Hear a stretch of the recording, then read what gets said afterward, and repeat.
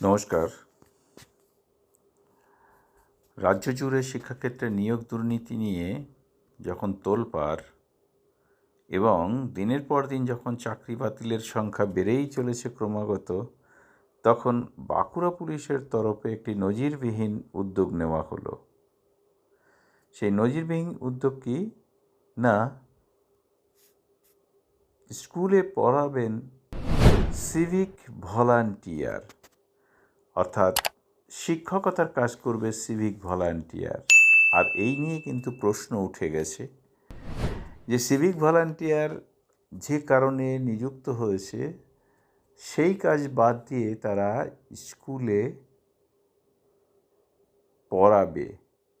তো সেই প্রবাদের মতো সত্যি স্কুলে শিক্ষক কম পড়িয়াছে, অথচ রাস্তায় এখনও যোগ্য শিক্ষক প্রার্থীরা বসে রয়েছে।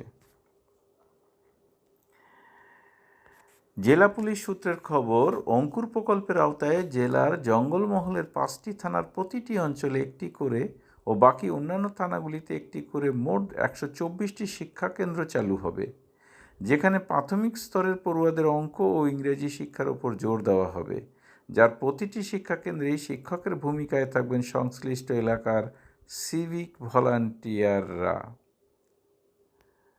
জেলা পুলিশ সুপার বৈভব তিওয়ারি বলেন, স্কুলের নিয়মিত ক্লাস শেষের পর নির্ধারিত স্কুলগুলিতেই বিশেষ ক্লাস নেবেন সিভিক ভলান্টিয়াররা।